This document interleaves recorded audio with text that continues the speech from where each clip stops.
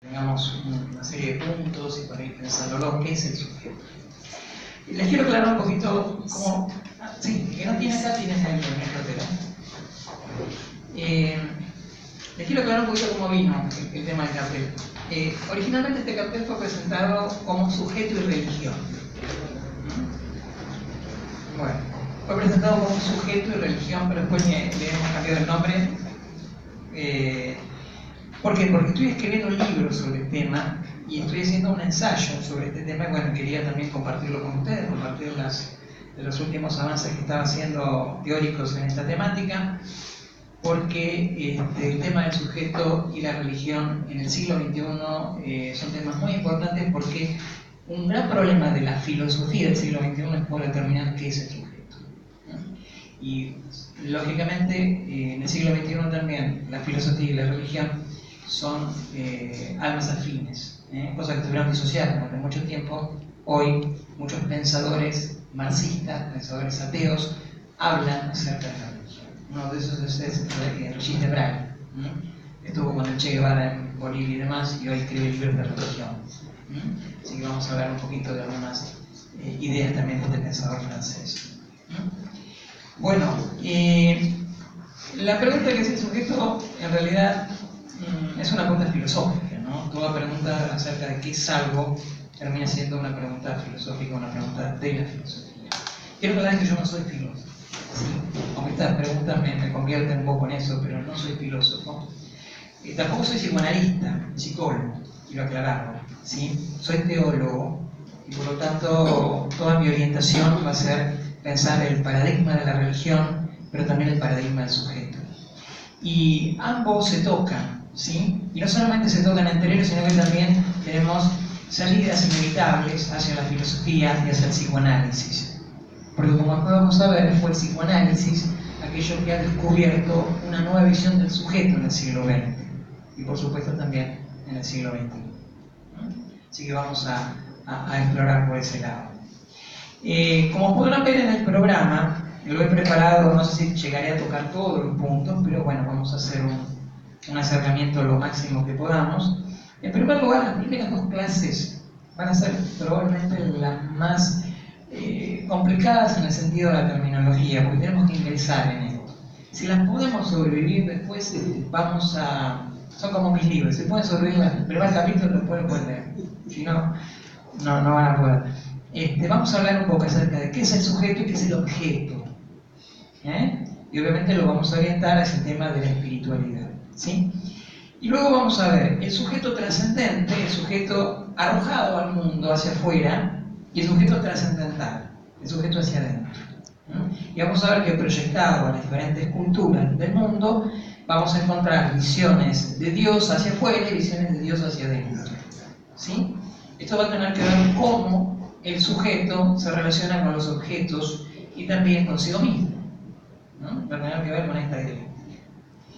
Luego vamos a ver la figura de Dios después de Cristo. Vamos a ver los fenómenos del cristianismo y cómo el cristianismo puede visualizar el tema del sujeto. Y luego veremos, como les decía, el sujeto en las religiones postmodernas, o las religiones postmodernas. Vamos a recordar una serie de puntos, como por ejemplo el sujeto y la cuántica, el sujeto y la clonación, el sujeto y el conflicto, ¿sí? El sujeto y las neurociencias, el sujeto y la tecnología cyborg. Ustedes saben lo que es, pero la tecnología cyborg es es un término que se habla acerca de algo que electrónicamente nos complete. Por ejemplo, el celular, ¿no? El celular es algo que todos tenemos, la mayoría, y muchas veces no podemos vivir, no podemos estar sin el celular, y es una extensión de nuestro cuerpo, ¿no? Bueno, ahí tenemos una tecnología cyborg. O las cirugías estéticas, de las prótesis y demás también pueden dar una nueva visión del sujeto en esta época. Y quiero tratar con ustedes sobre el final un sistema de pensamiento filosófico que para mí es peligroso, pero que está bastante de moda, que es el transhumanismo o el posthumanismo. ¿Dónde quedaría el sujeto cuando se crea que la humanidad puede ser superada? A través de las máquinas, a través de la tecnología, a través de otra clase de medios. Así que bueno, vamos a ver estos puntos a lo largo de todo el curso. ¿Alguna pregunta del programa? más o menos quedó claro. Sí, había Regis Debray, porque Regis Debray era guerrillero que estuvo en Claro, Bolivia con claro. el Che Guevara. Se asustó en la guerrilla y Che Guevara Lo único que mandó de vuelta. me extrañó de él que después era ministro de Seguridad en Francia. Entonces no sé si era medio oficialista y se Bueno, disfrazó por ahora de me va a guerrillero. interesar su opinión, la opinión de Regis Debray sobre el fenómeno religioso, ¿no? Así que va a pasar por ahí nuestro acercamiento a él. Otro tema que no quiero dejar pasar por alto antes de empezar, la bibliografía. Yo no dejé mucha bibliografía para no complicarles, tienen solamente 4 fichas bibliográficas. La idea es que esas fichas, una va a hablar acerca del deseo en Oriente, otra va a hablar acerca del monoteísmo y la construcción filosófica, y otras 2 van a hablar acerca del psicoanálisis, especialmente el psicoanálisis lacaniano. Obviamente acá no hay obligación de leerlas, con lo que siguen el recurso está bien, no tienen exámenes, no tienen nada, ningún tipo de presión. Acá estamos, como se dijo por ahí, por placer, porque queremos estar. No obstante eso, aquellos que les interese sacar mayor provecho de la información, si tienen ganas, completamente libre, pueden hacer, yo los invitaría a hacer un pequeño trabajo de síntesis de estas 4 fichas. Que puede ser un breve escrito, o un pensamiento, o algo así, si les interesaría hacer. En caso que les interese, nos podrían mandar el texto por mail, lo miraríamos, lo charlaríamos, no sería nada obligatorio. Eso quiero dejarlo como algo libre. Me parece interesante como una actividad para que vamos a hacer. Y otro tema. Hay 2 libros que los tengo en PDF y que también aquellos que los quieran, que tiene que ver con eso, los puedo enviar. Uno es el curso de Foucault, Hermenéutica del Sujeto. ¿Perdón, cómo es? Sí. El título. Hermenéutica del Sujeto de Foucault.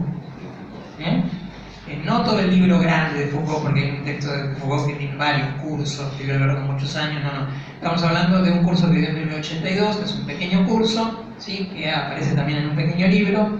Aquel que le interese y no lo tenga en casa, se lo puedo mandar a través de correo electrónico.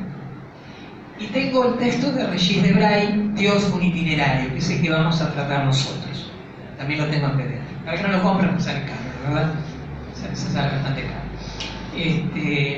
Así que a aquellos que les interese, después me dejan su correo electrónico, o si pueden pasarse un papelito entre ustedes y dejarme el correo electrónico con la letra lo más clara posible. Yo después de la semana les enviaría el material a aquellos que les interese. ¿No? Bueno, creo que he dicho todo, ¿no? Para los preliminares, así que vamos a hablar acerca de esto, ¿no? ¿Qué es el sujeto? Bueno, vamos a ir viendo a lo largo de este curso las ideas del sujeto y vamos a ver que estas ideas van a variar sustancialmente a lo largo del tiempo. No va a ser lo mismo entender el sujeto en la modernidad, como lo entendió Descartes, por ejemplo, que el sujeto en el cristianismo medieval, o el sujeto en las tradiciones prefilosóficas, Egipto, Mesopotamia, el Antiguo Testamento. Podemos hablar de sujeto, ¿sí? En este tipo de saberes considerados prefilosóficos. ¿Qué pasa con el sujeto durante la filosofía griega, especialmente de Sócrates hasta el Islam? Son 1000 años. Bueno, Foucault va a tener una opinión muy interesante acerca de qué pasa con la filosofía allí. Y otro tema, ¿qué pasa con la filosofía de Descartes en adelante, hasta Foucault? ¿Y qué pasa de Foucault hasta la actualidad? O sea que vamos a ver cronológicamente una serie de aspectos, ¿sí? Voy a marcárselos acá para que vamos a hablar acerca más o menos del 4º milenio antes de Cristo, ¿sí? Acá lo consideraríamos un pensamiento prefilosófico, ¿verdad? Tenemos las culturas del cercano Oriente Próximo, ¿sí? Antiguo, como les decía, Mesopotamia, Egipto y la Biblia. Luego vamos a irnos desde el siglo V al siglo V, esto es después de Cristo, esto es antes de Cristo. Acá vamos a entender o ver el proyecto hermenéutico de Foucault, ¿sí? Acerca de cómo Foucault entiende el sujeto en este periodo, a partir de Sócrates hasta más o menos el advenimiento del Islam. Más o menos. Entonces acá lo llamaríamos lo que Foucault va a llamar el periodo del cuidado de sí mismo.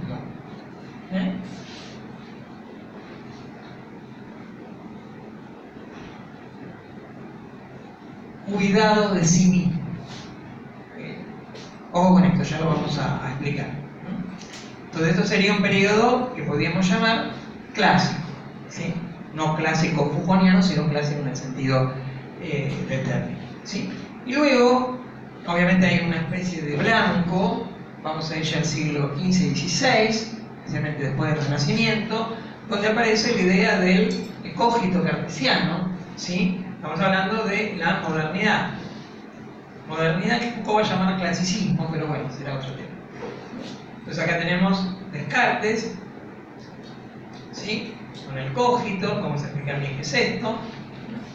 Y esto va a seguir básicamente hasta el doctor Freud, luego Lacan, si la viene esto del psicoanálisis, donde se va a entender una diferencia del sujeto. El sujeto va a empezar a aparecer no como algo integrado, sino como algo rayado, como algo privado, ¿sí? ¿Por qué? Porque se descubre el inconsciente. Ojo con esto, no solo voy a hablar de psicoanálisis, voy a hablar de psicología, que es más abarcador. ¿Por qué? Porque, bueno, me interesaría llevar la psicología a este periodo, es decir, al periodo de Oriente. Ustedes saben que los indios, aquellos que desarrollaron el yoga, el Vedanta, el budismo, han tenido verdaderos sistemas psicológicos. Entonces, acá tenemos un periodo donde se desarrolla en el mundo, tanto de Oriente como de Occidente, lo que llamaríamos un sentido de la espiritualidad, mencionado así también por Michel Foucault. Periodo de la espiritualidad. O sea que no soy yo quien relaciona el sujeto con la religión, sino que ya lo había hecho Foucault, ¿no? Así que puedo tomarlo así como autoridad, ¿sí? Esto va a continuar, por ejemplo, hasta el pensamiento del sujeto en la sociedad. Marxismo, existencialismo, Jean-Paul Sartre, por ejemplo, ¿sí? Cómo se relaciona el sujeto con el todo. Hasta que va a aparecer Foucault, más o menos para el año 1960, publica 60 y pico, publica Las palabras y las cosas, donde iba a tener otra visión, va a decir el hombre ha muerto, tal como Nietzsche por acá decía Dios ha muerto, él va a decir el hombre ha muerto, ¿sí? Y vamos a empezar el periodo llamado postmoderno, que va a ser un periodo que va a tener una nueva visión desestructurada del sujeto. ¿Queda más o menos claro esto? ¿Cómo venimos?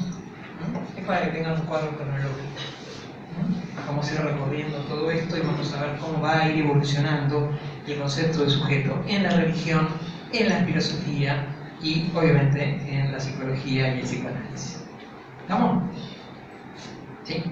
¿Una pregunta? Bueno, creo que quedó claro. Bueno, en el año 1982, Foucault da un curso en el Colegio de París llamado Hermenéutica del Sujeto. Y curiosamente Foucault no explica lo que es el sujeto. Pero sí, Foucault va a explicar lo que hablamos de periodo filosófico, es decir, esos 1000 años, donde Foucault va a decir que Occidente, actualmente, especialmente desde la modernidad, ha tomado el pensamiento filosófico desde Sócrates en adelante de manera un poquito limitada o equivocada, va a decir Foucault. ¿Por qué? Porque se le da mucha importancia al conocerse a sí mismo. Conócete. ¿Recuerdan que Sócrates decía yo no sé que no sé nada?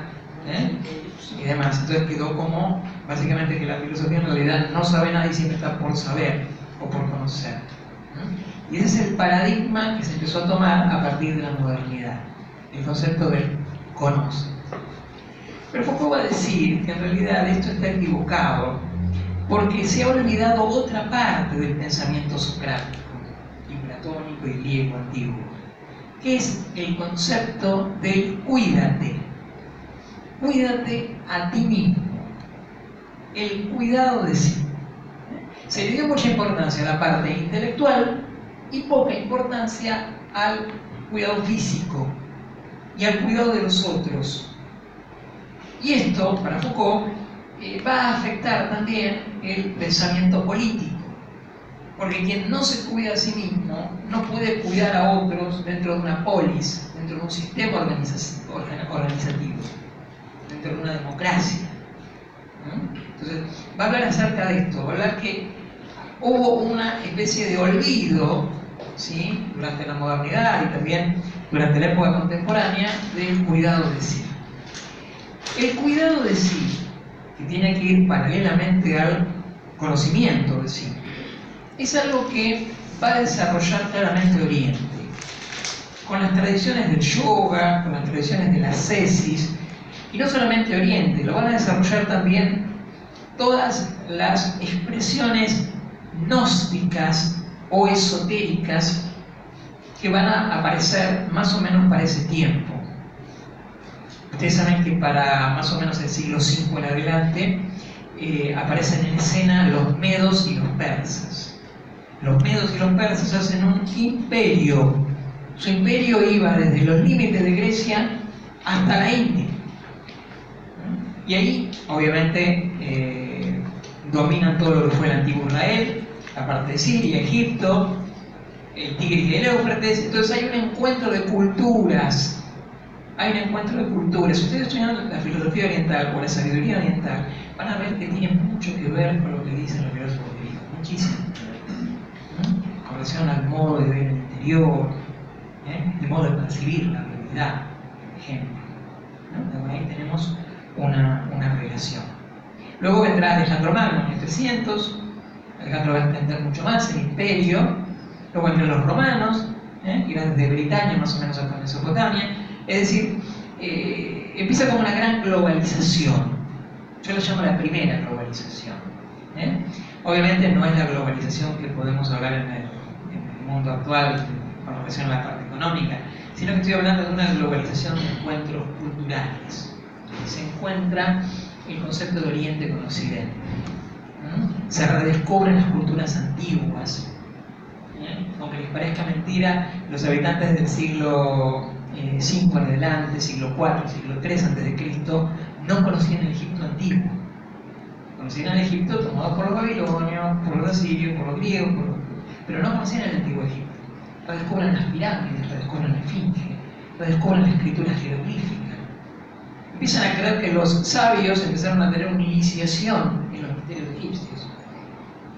Entonces comienza una especie de antiguo esoterismo, que obviamente el esoterismo moderno va a ser un heredero de eso.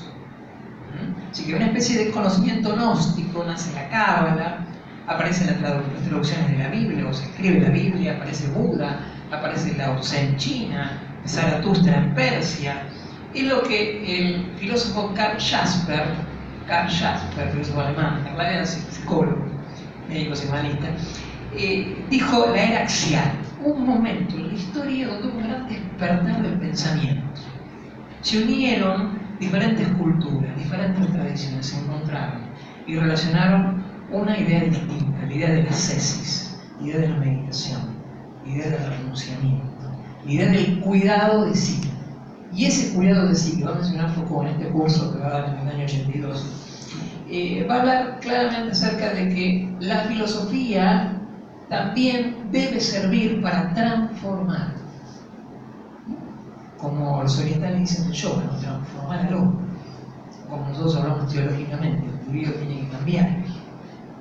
Entonces parece ser que en ese momento filosofía y teología eran una sola cosa. ¿Qué siglo es ese? Estamos hablando del siglo V, acá tenemos, antes de Cristo, y luego va a venir el periodo gnóstico que va a continuar más o menos en el siglo IV, V de la era cristiana.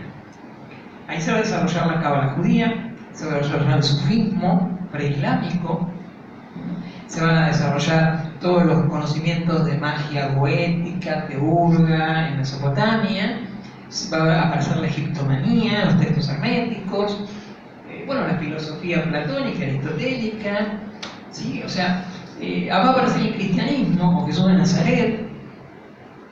Entonces, o sea, ahí va a haber una reunión entre teología y filosofía o fe y razón, ¿no? Como ya sabemos de la filosofía medieval. Hasta el advenimiento de Descartes, donde se habla de que Descartes dio vuelta a la cosa y ya no es Dios el sujeto, sino que el sujeto es el hombre. Primero soy, primero pienso y luego soy, ¿verdad? Yo pienso lo que existe, es el cogito cartesiano, o sea, pone el hombre en el centro. Y esto con los siglos va a dar lugar al psicoanálisis, la investigación del hombre, la investigación del sujeto. El psicoanálisis va a descubrir el sujeto cortado, rayado, sujeto disociado. Queda más o menos claro esto. Entonces, el pensamiento claramente Foucaultiano es esto, y lo va a mencionar en su libro Hermenéutica del sujeto. Foucault ya venía hablando un poco de las religiones con relación al poder pastoral, ¿no? En su momento va a decantar en este tema, ¿no? La iluminación espiritual va a tener que ver con este pensamiento griego, ¿no? O sea que a la filosofía actual le falta algo. En el siglo XX, especialmente en la posguerra, nadie, ningún pensador, supongo, hubiera dicho con las cosas perfectas, que hoy en el siglo XXI el pensamiento religioso, la religión en sí, el problema de la religión sería algo de interés filosófico, de interés académico, de interés político, como lo es. Por ejemplo, en el año 1989, cuando cae el muro de Berlín, se desmantela la URSS, las ideologías ateas de izquierda empiezan a decaer, aparece un libro de Derrida del 92 llamado El espectro de Marx. Ahora salen con nuevos bríos los conocimientos espirituales. El hombre, como si fuera un resorte, se dispara a la búsqueda de la religión como un fundamento. El mundo se hace unipolar porque cae la Guerra Fría. Y este interés por la religión, ¿sí?, empezó a ser mostrado también a través del Islam como enemigo. Con el libro de Fukuyama, ¿sí?, con el libro de Fukuyama, El fin de la historia, que Fukuyama dice cuando se terminó la historia, aparece también un libro de Samuel Huntington que se llama Choque de civilizaciones. Ya los rusos no eran los enemigos de Occidente, ahora los enemigos es el Islam. El Islam es el nuevo enemigo. Noten ustedes que si ustedes ven el cine de la década del 90, el cine norteamericano, las películas de acción, la mayoría de ellas tratan temas como que son terroristas islámicos que toman aviones, que ponen bombas y demás. Bueno, en nuestro país hubo 2 atentados terroristas, en otras partes del mundo también. Se empezó a centrar la atención al Islam como enemigo. Hasta el 11S, 2001. Son gemelas, ¿sí?, un atentado terrorista que el filósofo Baudrillard lo llamó el acontecimiento absoluto porque es algo que impactó en toda la humanidad. Bueno, ahí nació una guerra religiosa. La guerra del cristianismo contra Alá. Una guerra religiosa. Y en medio, Israel. Entonces, geopolíticamente hoy la religión tiene mucha importancia desde el pensamiento. ¿Sí? Las reacciones contra la tecnología, contra la era digital, hacen que el hombre se vuelva al primitivismo. Por eso la New Age sigue siendo algo vivo todavía. Lo pueden comprobar tranquilamente viendo páginas de internet o hablando con personas. Este tipo de creencias orientales aunadas con lo occidental es algo muy común. Yo lo llamo la religión débil, ¿no?, porque no tienen demasiado fundamento, pero existe. Entonces, los nuevos actores religiosos en nuestro mundo es el cristianismo, el islam, el judaísmo y la religión débil. Estas facciones se encuentran especialmente el Islam contra el cristianismo en guerra, ¿no? El judaísmo está ahí en medio. Pero la religión débil, ¿a qué te referirías? Me estoy refiriendo a un sistema de creencias que no tiene una centralidad, que no tiene una organización, sino que es algo como una subcultura espiritualista que ya apareció después de la bomba de Hiroshima y Nagasaki, ¿no? En 45. La New Age. Ahí no pesa ahora ¿Cómo? las religiones de la India, no pesa. No, pesan dentro de la New Age que abarca este conocimiento oriental. ¿Qué pasa en la India? Bueno, ¿qué pasa en Oriente? Bueno, el budismo prácticamente es una región en extinción. El budismo ha reencarnado en Occidente bajo los anteojos de Lina Blavatsky. Estamos hablando de 1875 por ahí, donde aparece la teosofía. Todo lo que conocemos del budismo nosotros se lo debemos a Blavatsky, pasa por ahí. Porque hoy se le da mucha importancia a este tipo de conocimiento esotérico y un poco a la budología por el estudio académico. El budismo en Oriente es algo que se está extinguiendo. Las religiones de la India, si podemos llamarlas religiones, es una especie de creencia omniabarcante que le sirve al poder de turno para que la gente se quede tranquila y no haga revoluciones, a través de doctrinas como el karma, el samsara, por ejemplo, o la reencarnación como decimos nosotros. ¿Sí? Entonces estas religiones sobreviven románticamente bajo el espectro de la New Age. Lo romántico me encanta. Claro, hay un romanticismo porque se cree que bien. Yo he publicado un artículo hace poco en una revista sobre el fracaso de los iluminados, lo llamé, porque si ustedes vieron las últimas noticias, el Papa viajó a Myanmar, a la Birmania. ¿Por qué? Porque hubo una limpieza étnica de budistas contra los musulmanes. Monjes budistas haciendo guerrilla y atentados terroristas hacen limpiezas étnicas. O sea, que realmente la espiritualidad que a veces creemos no se da en todos los casos, ¿no? Entonces, por eso digo romántico. Siempre, obviamente, en cada facción tenemos personas que son honestas, buenas, pero también tenemos otras que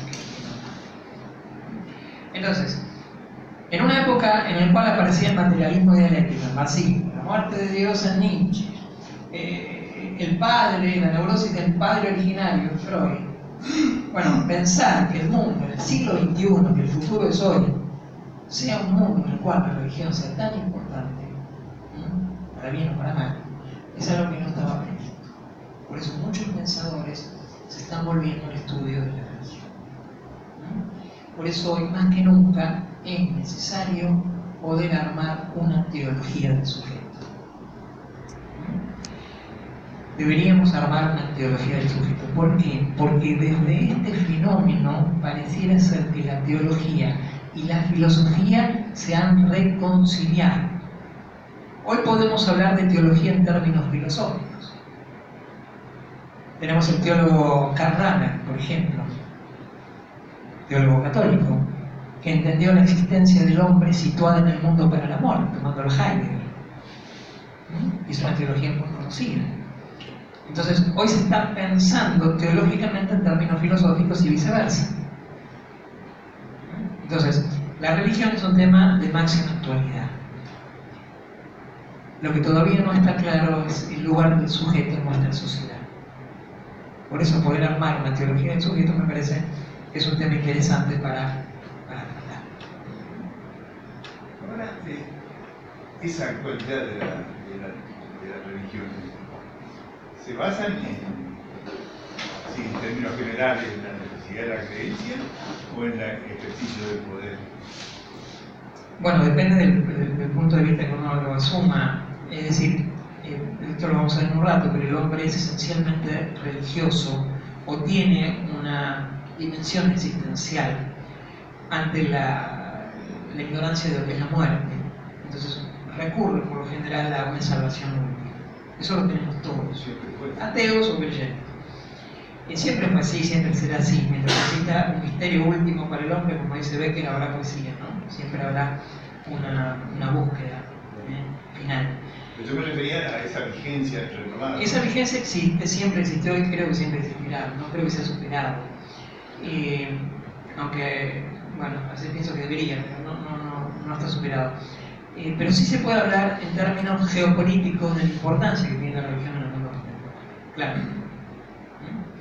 Por lo menos hasta ahora no ha surgido otro enemigo como fue la URSS en su momento, hasta el momento. Así que la religión sigue siendo todavía una excusa para robar recursos y hacer colonias, ¿no?, a otros lugares del mundo menos agraciados, Europa y los Estados Unidos. Así que sí, la religión está completamente vigente. Y no ve la importancia que tiene el Papa actual dentro del pensamiento, ¿no? Todo lo que él dice se reproduce de una manera bastante mayor que lo que podrían decir otros papas, por ejemplo, ¿no? Entonces ahí tenemos una idea de la actualidad de la religión. Hoy en día casi no se discute que el Papa la pasó el país por el mundo. Creo que está o algo así, ¿no? o Igual tiene ideas muy retrógradas, no, sí, según mi opinión, pero sí, sin duda es un actor fundamental de la política, sin ninguna duda. Sin ninguna duda. Ahora se recrudeció, por ejemplo, el conflicto árabe-israelí en estos últimos días. Bueno, ahí también se generan visiones o perspectivas o pensarlas a través también de las diferencias religiosas, ¿cierto? Bueno, así que nuestra misión es crear una teología del sujeto. Esta idea posmoderna, desde el 1989 en adelante, va a estar regida por un pensamiento Foucaultiano que es la muerte del hombre. Foucault, de alguna manera, anuncia la muerte del hombre en su libro Las palabras y las cosas. ¿Qué quiere decir Foucault con la muerte del hombre? Bueno, Foucault lo que quiere decir, yo no estoy de acuerdo, pero él lo que quiere decir no es que murió el hombre en sí, sino que murió el hombre en el sentido de lo que era el sujeto cartesiano. Se descubrió el inconsciente y hay algo más allá del sujeto. El hombre ha muerto y por lo tanto hay que hacer una crítica a esa modernidad pasada. Esa crítica a esa modernidad pasada no la van a hacer los nuevos pensadores a través del marxismo, sino que lo van a hacer a través de Heidegger. La crítica a la modernidad, la crítica a la tecnología, al olvido del ser. Y el sujeto, o Foucaultiano, básicamente es un sujeto histórico constituido por una trama de estructuras. Repito, es un sujeto histórico constituido por una trama de estructuras. Ese es el sujeto posmoderno según la visión Foucaultiana. El sujeto estructural.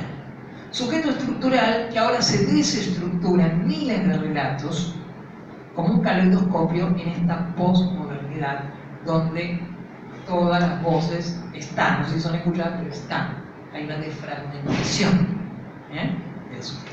O sea que nos encontramos ante un sujeto complejo, ante un sujeto que necesita sujetarse a algo, y ese algo, en grosso modo, es la visión de Dios, no es un teólogo. Bueno, entonces vamos a poner como título Teología del sujeto, y vamos a empezar a tratar este tema. ¿Hasta acá vamos bien? ¿Tienen alguna pregunta o alguna intervención que les interese? Quería saber si la metafísica también desapareció, porque estaban anunciando el fin de la filosofía y la metafísica. Bueno, Bátimo hablaba de metafísica de él, ¿no? Sí, justamente, y ahora parece que se está No atravesado. podemos salir de la metafísica. Sigue vigente la metafísica. No podemos salir de Heidegger. No podemos salir de la metafísica. No, en filosofía no podemos, lamentablemente no podemos salir de Heidegger hasta que no venga un gran pensador que lo supere. Como también los estudios religiosos occidentales, no podemos salir de las links hacia las tradiciones orientales y no podemos salir de Carl Jung y de toda su escuela. O sea, es muy difícil salir de este paradigma cuando hablamos de religión y psicología, por ejemplo, ¿no? Entonces, bueno, estamos un poco atrapados en esto y seguimos siendo repetidores de las ideas de otros. Realmente no hay grandes pensadores en la actualidad. Estamos en una etapa triste del pensamiento. Lamentablemente, se necesitan los grandes monstruos de antes que todavía no han aparecido. Pero bueno, mientras tanto seguimos repitiendo. Por algo tampoco tenemos la visión de poder pensar una época más allá de la modernidad. Hoy lo llamamos postmodernidad. Prefijo post es porque no podemos pensar nada superador. ¿Se puede pensar algo superador del capitalismo? Todavía no. Podremos criticarlo, podremos ver sus defectos, pero no. Ahora el choque de civilizaciones que hubo entre la teocracia islámica y el capitalismo aún tampoco ha podido superar. esto, ¿no? Así que bueno, estamos en graves problemas filosóficos, si estamos pensando en las cosas. Para poder pensar juntos una teología del sujeto, vamos a tener que definir por lo menos 3 aspectos. En primer lugar, ¿qué es una religión? ¿Qué llamamos religión?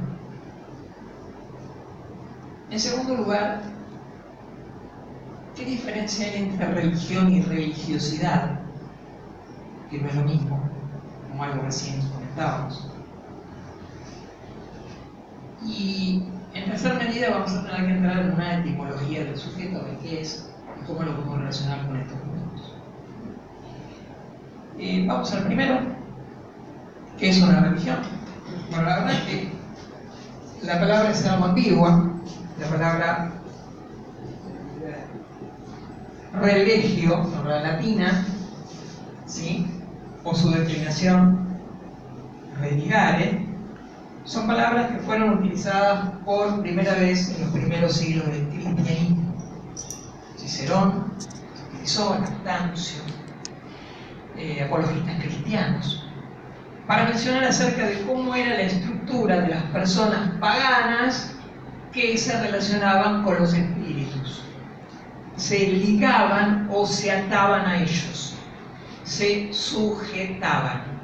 Acá tenemos la idea de que el sujeto religioso es un sujeto sujetado, es un sujeto atado, es un sujeto religado a un dios, a un rito, a un temor, porque los pueblos de la antigüedad pensaban que si no, como muchos piensan ahora, ¿no?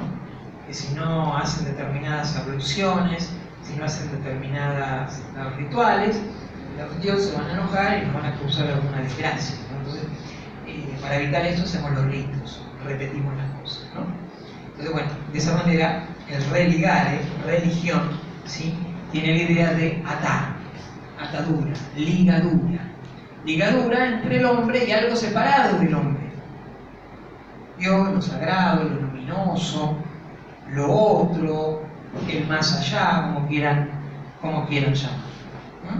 Pero la religión es un lenguaje. La religión es un lenguaje de símbolos, de palabras, mitos, y de una tecnología para acercarse a Dios. Esa tecnología es el rito. El rito termina siendo una técnica que raya con la magia, para acercarnos a eso otro, para seguir sujetándonos a lo otro. Entonces, la religión es un lenguaje, es una estructura creada por un hombre de símbolos, mitos, ritos, textos, doctrinas, hermenéuticas y demás, que corresponde a una dimensión espiritual humana. Corresponde a una dimensión espiritual humana. Y esa dimensión espiritual humana es lo que yo llamo religiosidad. Podríamos explicarla de la siguiente manera.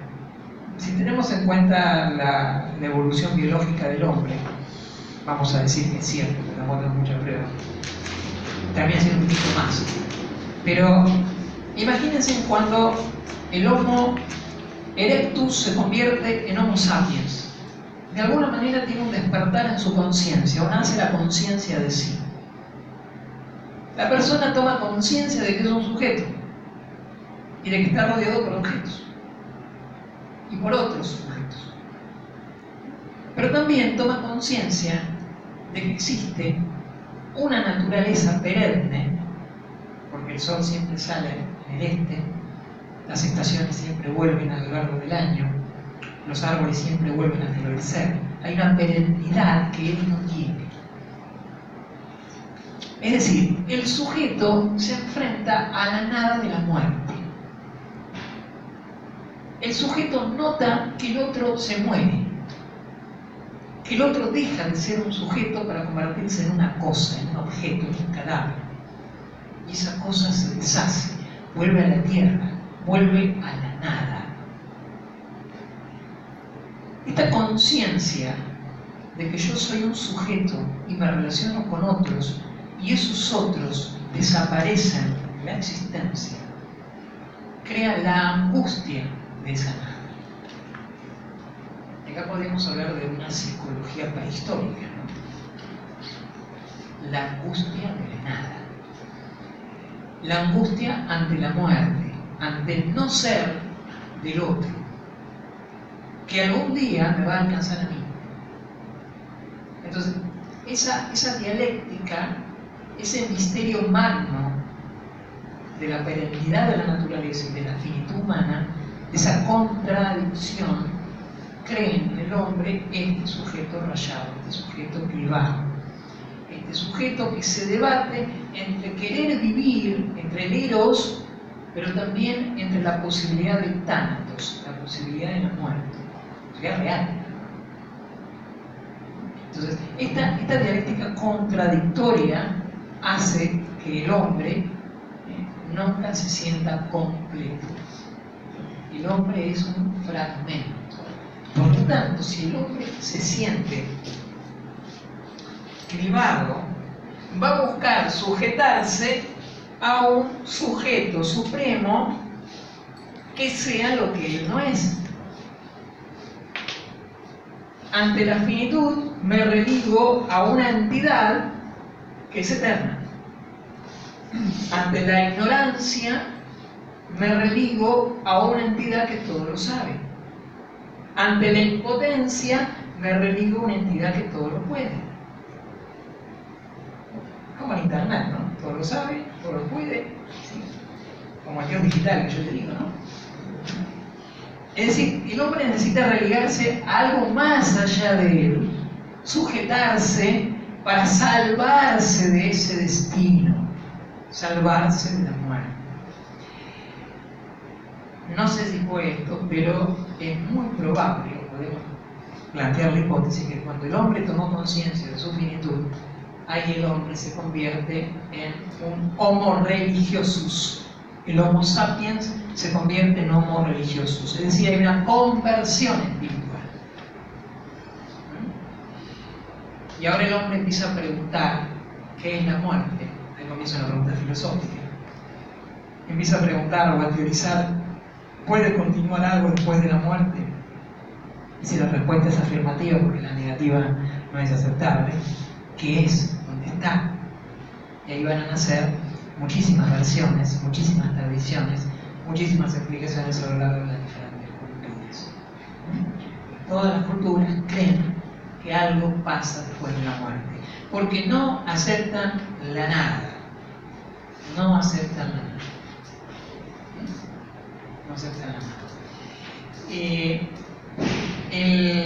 En una oración gramatical existe lo que se llama el caso, que es el sujeto tácito, ¿no? ¿Se acuerdan? Lo que decíamos en el sujeto tácito. ¿Qué es un sujeto tácito? Un sujeto tácito es un sujeto que no está presente en la oración, pero se infiere su existencia. Tenemos un solo predicado. El sujeto siempre está. Yo como sujeto creo que siempre voy a estar. No puedo aceptar ser tácito, no existir. Siempre voy a estar, aunque sea en estado fantasmático. Ahora, lo que sí el sujeto no puede entender es que haya un predicado tácito. Creo que no existe el predicado tácito. Cuando si no existe lo vamos a inventar porque lo necesitamos. Es cuando el mundo se rompe, cuando mi cosmovisión se rompe, cuando el otro se rompe. Cuando lo otro se rompe, pierdo la identidad, pierdo el sujeto. A ver, yo soy sujeto siempre en relación a un objeto. El objeto que existe fuera de mí me da entidad, me da identidad, me hace igual a mí mismo. ¿Sí? Pero si el objeto se rompe, ¿qué pasa con el sujeto? Hay una antigua metáfora de la cábala judía que dice que Dios tuvo que crear a Adán porque Dios necesitaba existir. Claro, Si no hay un otro que note la existencia de Dios, Dios no existe. Si no hay un adorador, Dios deja de existir. Puede ser un ser, es un ser, pero no existe. La existencia es la del otro. Yo en este momento existo porque están ustedes, pero ustedes se aburren y se van, y yo puedo dar la clase. Somos necesarios. Eso nos damos a existencia mutua. ¿Se entiende? Ahora, cuando el mundo se rompe, me quedo solo. Y esa soledad es insoportable porque dejo de existir para ser un ser puro. Imagínense que tiran una bomba de estas que hay por ahí y se acaba toda la humanidad menos yo. Y me quedo completamente solo en el mundo.